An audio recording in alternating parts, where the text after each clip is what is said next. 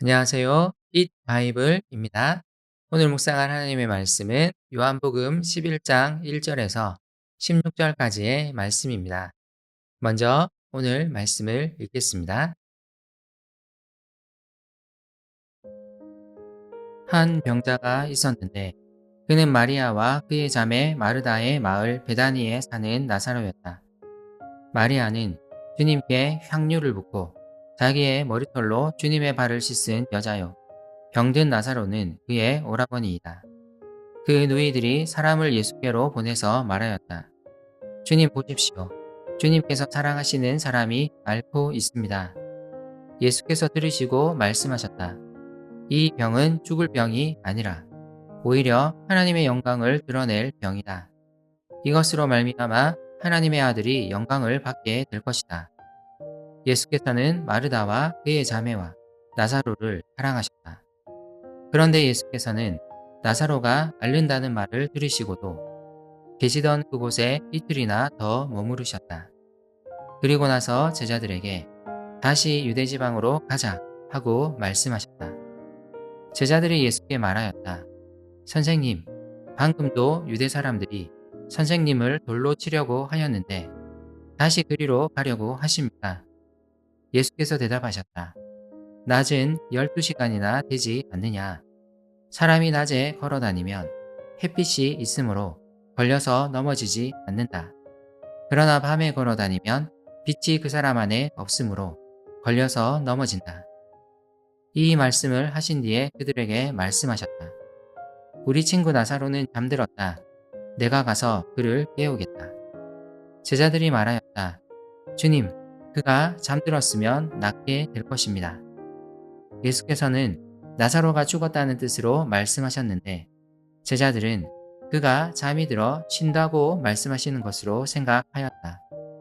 이때 예수께서 그들에게 밝혀 말씀하셨다. 나사로는 죽었다. 내가 거기에 있지 않은 것이 너희를 위해서 도리어 잘된 일이므로 기쁘게 생각한다. 이 일로 말미암아 너희가 믿게 될 것이다. 그에게로 가자. 그러자 디두모라고도 하는 도마가 동료 제자들에게 우리도 그와 함께 죽으러 가자 하고 말하였다. 예수님을 향한 유대 종교 지도자들의 적대적인 분위기는 점점 높아지고 있었습니다. 그들은 예수님을 돌로 쳐서 죽이려 했고, 이에 예수님은 요단강 건너편으로 다시 피하십니다. 하지만 이제 예수님의 십자가 죽음이 점점 다가오고 있습니다. 예수님은 그의 양들을 불러 구원하시는 선한 목자로 이 땅에 오셨지만 그분의 목소리를 알아듣지 못하는 자들은 예수님을 죽음의 길로 내몰 것입니다. 유대 종교 지도자들의 핍박을 피해 요단강 건너편에 계셨던 예수님에게 한 가지 소식이 들려옵니다.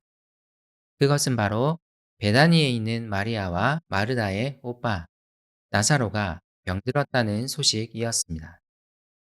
베다니는 예루살렘에서 남동쪽으로 약 3km 정도 떨어진 마을이었습니다. 이 마을은 예루살렘과 매우 가까웠으므로 예수님이 이 마을로 가시는 것은 위험한 일이었습니다. 그러나 마르다와 마리아가 사람을 보내어 와 주시기를 예수님께 간청합니다. 주님이 사랑하시는 나사로가 앓고 있음을 알립니다. 예수님은 이 소식을 들으시고 나사로가 곧 죽을 것을 아셨습니다. 하지만 예수님은 제자들을 향해 나사로의 병이 죽을 병이 아닌 하나님의 영광을 드러낼 병임을 말씀하십니다. 이로 말미암아 하나님의 아들인 자신이 영광을 받게 될 것이라는 수수께끼 같은 말씀을 하십니다. 예수님은 이제 자신의 죽음을 염두에 두고 계십니다. 이제 예수님은 베다니로 가서 나사로를 살리실 것이고 나사로는 무덤에서 걸어 나올 것입니다. 예수님 또한 십자가에 달려 죽으실 것이지만 사흘 만에 부활하셔서 무덤 밖으로 나오실 것입니다. 하나님의 아들은 그의 양들에게 생명을 주기 위해 이 땅에 오셨고, 부활을 통해 자신에게 그런 권위가 있음을 드러내실 것입니다. 하지만 예수님은 곧바로 베다니로 가지 않으십니다. 요단강 건너편에서 이틀을 더 머무신 뒤에야 제자들에게 다시 유대지방, 곧 베다니로 가자고 말씀하십니다. 제자들은 예수님을 만류합니다. 얼마 전 예수님이 유대 땅에서 돌에 맞을 뻔했기 때문입니다. 하지만 예수님은 그의 친구 나사로가 잠들었다고 말씀하시며 그를 깨우기 위해 가야 한다고 말씀하십니다. 이 말을 제대로 이해하지 못한 제자들은 나사로가 편안히 자고 있다면 이제 곧 회복될 것이라고 말합니다. 제자들의 대답에 예수님은 나사로의 상태를 명확하게 말씀하십니다. 나사로는 죽었다. 예수님은 나사로의 일이 자신을 증언하는 일이 될 것임과 제자들이 예수님이 어떤 분이신지를 믿게 될 중요한 계기가 될 것임을 말씀하십니다.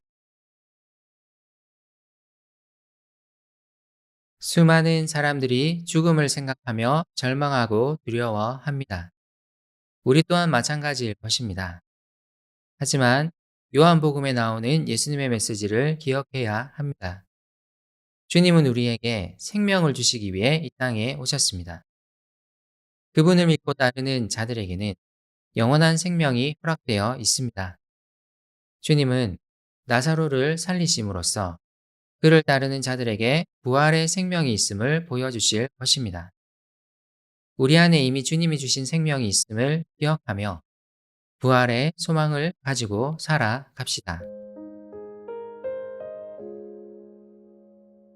함께 기도합시다.